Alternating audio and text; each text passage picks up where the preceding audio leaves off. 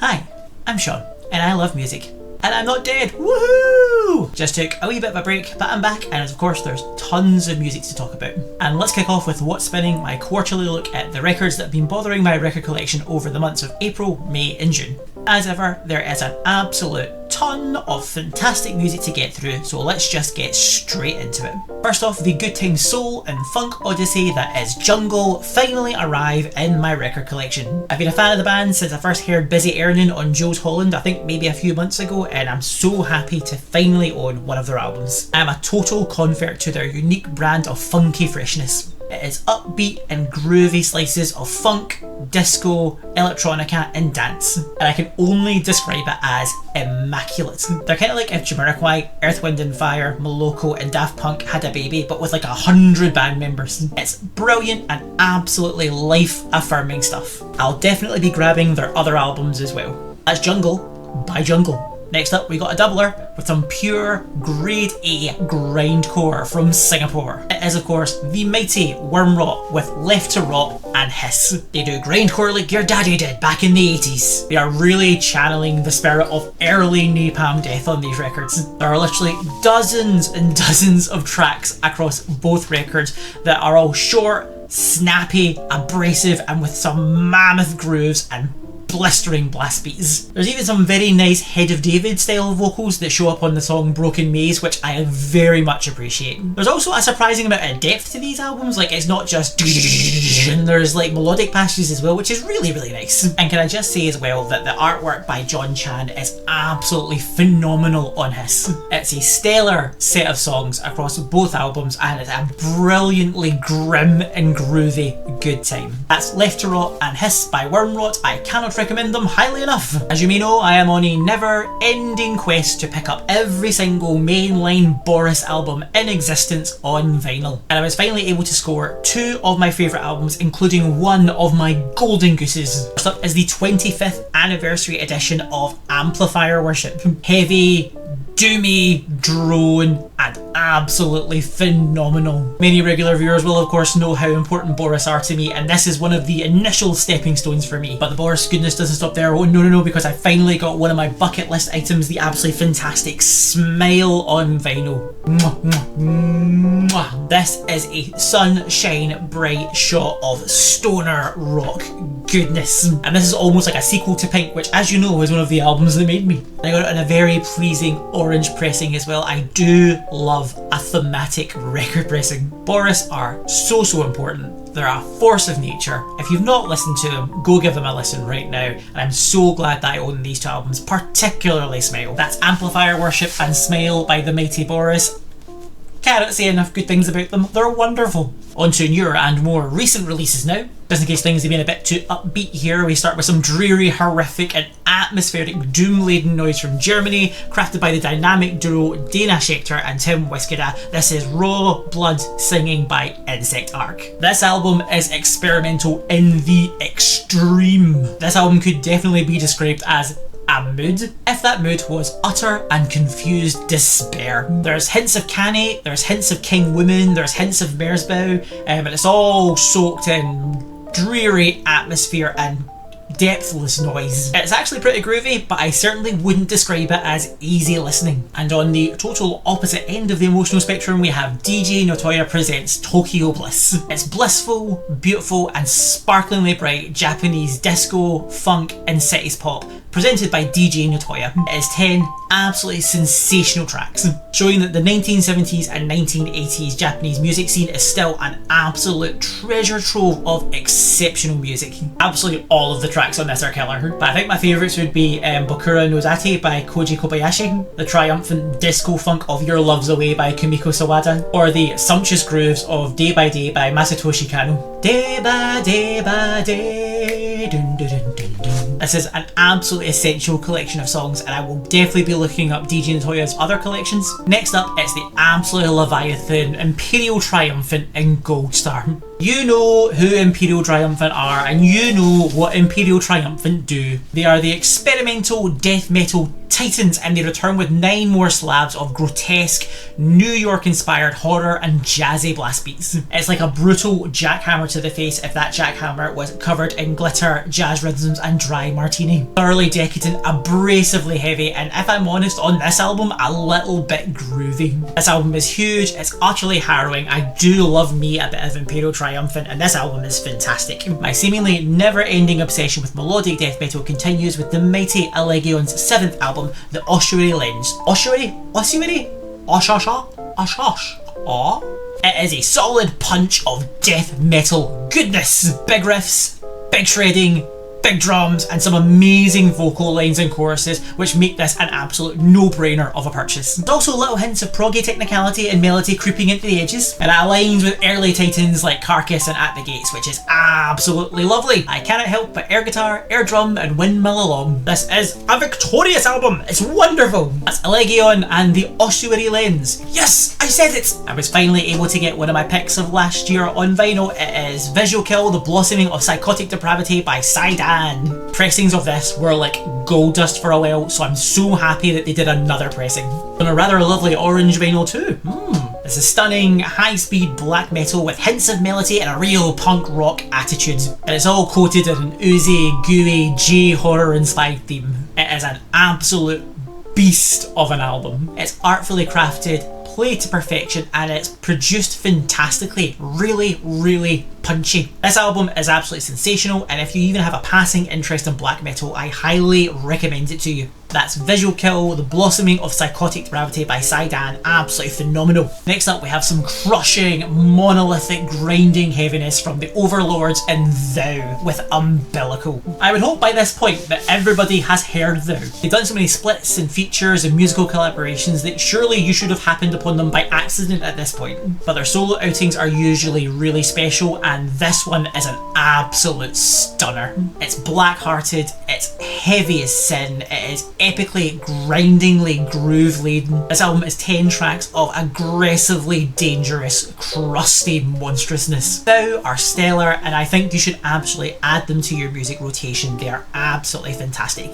That's Umbilical by Thou. Truly spectacular. Uncle Sean always brings you something a wee bit special, and this next album could definitely be described as a wee bit special. It's Affection and Vengeance by Ainsoph. This is the dreamiest, mistiest, most shoegazy of atmospheric black metal, soaked in echoing waves of transcendental haziness and fantastic melodic vocals. Now I know that description will immediately switch off a subsection of the black metal fanbase, but for those who are willing to give it a chance, this is an absolutely fantastic album, and you'll be deeply rewarded by listening to it. It's exuberant, unfolding like a wistful dream, but one underpinned by fantastic and pounding drumming. They also definitely know how to bring the heaviness, particularly on tracks like The Beaten Path Made Flesh and Purple Curtains. I'm so glad I discovered these guys. They have been so rewarding to get into. And already I think this will definitely be in my top albums of 2025. That is how good it is. Truly outstanding stuff. Come on, you know who this next one is. It's the dun dun dun dun dun dun dun Arf Arf band. It is, of course, You Won't Go Before You're Supposed To by the mighty Knocked Loose. Knocked Loose totally took over the world last year, and this album is a stunning testament as to why.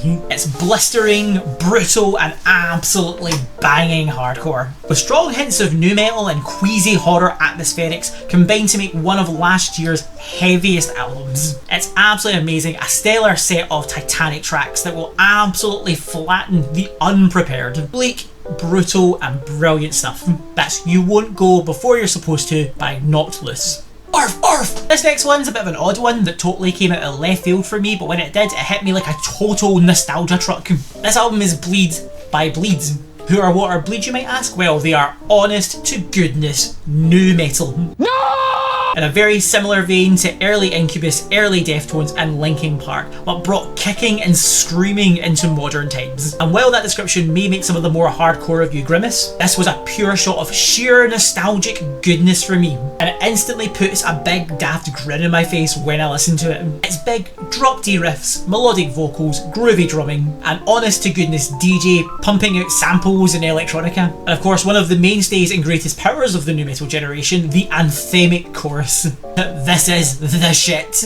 It's actually quite interesting to see how nu metal has been recontextualised into the modern metal landscape, with bands like Knocked Loose and Spiritbox embracing aspects of nu metal, and Bleed just bring it kicking and screaming back into the 2020s. It's almost like nu metal has left behind its full aftertaste. Well, almost. These guys know exactly what they are doing with this sound, and you know what? I absolutely love it. That's Bleed by Bleed. Go give it a go. You may surprise yourself with how good it is. Next, we're going to talk about Jade. Not that Jade. This Jade is, of course, Mysteries of a Flowery Dream by Jade. Yeah, this album is pretty fucking fantastic. A sweeping, sumptuous, atmospheric slice of European blackened death doom. Doom Death Black. That's my favourite Duncan Rhodes painting. It's grim, it's exuberant, and it's heavy as sin. There's actually a surprising streak of melody going through it as well, and gothic atmosphere. The songs are expertly written, immaculately performed, and the production is crisp as anything. There's also some really juicy guitar solos as well. And it's also got this really kind of, oh my god, the horror of it all clean vocal style, which I find very intriguing. And their guitar tone is to die for. That is Mysteries of a Flowery Dream by Jade. I can only highly recommend it. And look at this fantastic cover art, it is wonderful. You know that when a band finally has the confidence to self-title one of their album, you're usually dealing with something a little bit special, and Raver of Nihil's new album is no exception. It's enormous, skyscraping, and sometimes downright weird technical progressive death metal from the boys from Pennsylvania. Huge riffs, massive melodies, and grimy passages of death metal brutality. And also bits of prog rock lunacy which collide in a really delicious way. I feel like a lot of technical and progressive death metal bands can kind of get a wee bit lost in the noodling of it all, but Rivers of Nihil absolutely remember the song aspect of songwriting, and every single one of these is an absolute banger. I'm not gonna lie, there's a strong vein of Devin Townsend running through these songs, and you know what? I love it. I absolutely love the drumming on this as well. Jarrah Klein has really knocked it out the park. And of course, the mighty saxophone, the most metal of instruments, shows up on the track Water and Time, which instantly makes this album a 10 out of 10 for me. This is a belter of an album. That's Rivers of Nihil by Rivers of Nihil. Wonderful. This next album confuses me. It's Sigh and I Saw the World's End, or Hangman's Hymn MMXXV. Now, for those of you unaware, this is a full re-recording and remastering of Japanese avant-garde black metal oddity Sigh's 2007 album Hangman's Hymn.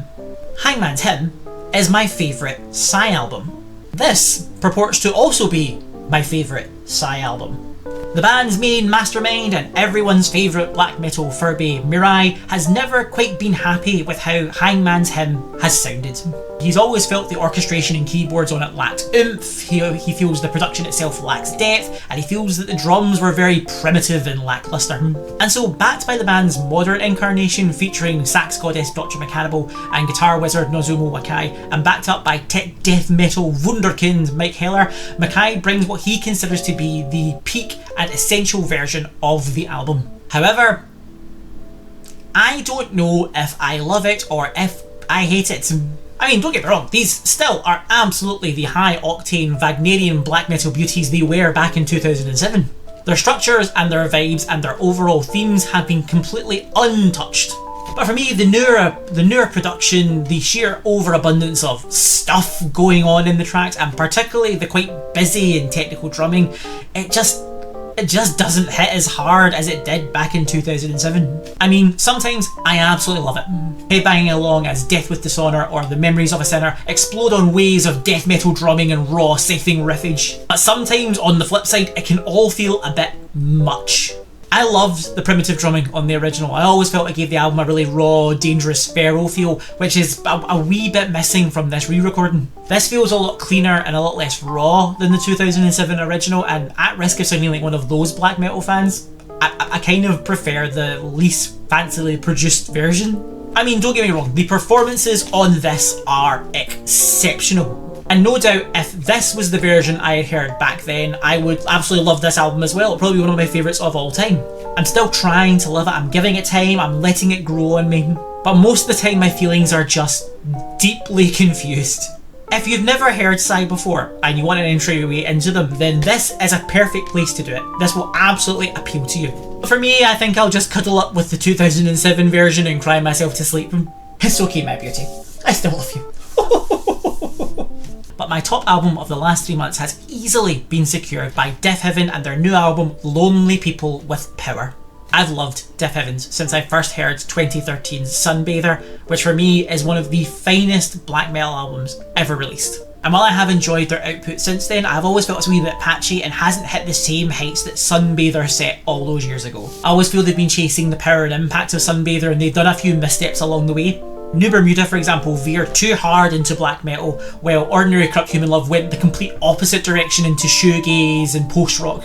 Infinite Granite did kind of strike a better balance, but still not to the same high as Sunbather. I always feel that the band kind of forget that what makes them special is their unique combination of the disparate elements, the soft and the hard, the violent and the gentle. And when they lean too heavily to one side, it kind of throws the whole sound off balance. Their past 3 albums, whilst fantastic, have lacked that spark that I've been looking for. This album has that spark. It's blistering, apocalyptically paced, with scything tremolos, exhaustive blast beats, unique and bewildering guitar work, and all soaked in layers of crystalline beauty and summer warmth. And of course, there's George Clarke's inimitable vocal roar, which brings the whole thing together. The band's many juxtapositions are what make them unique and special, and it also makes them totally brilliant. For me, this is hands down their best album since Sunbather, period. No contest whatsoever. This is an absolute dream of an album. That's Lonely People with Power by Sunbather. Absolutely essential, will totally feature in my top albums of 2025.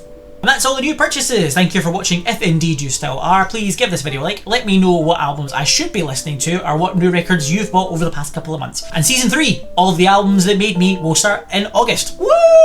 We're going to be starting with a very juicy slice of industrial metal goodness.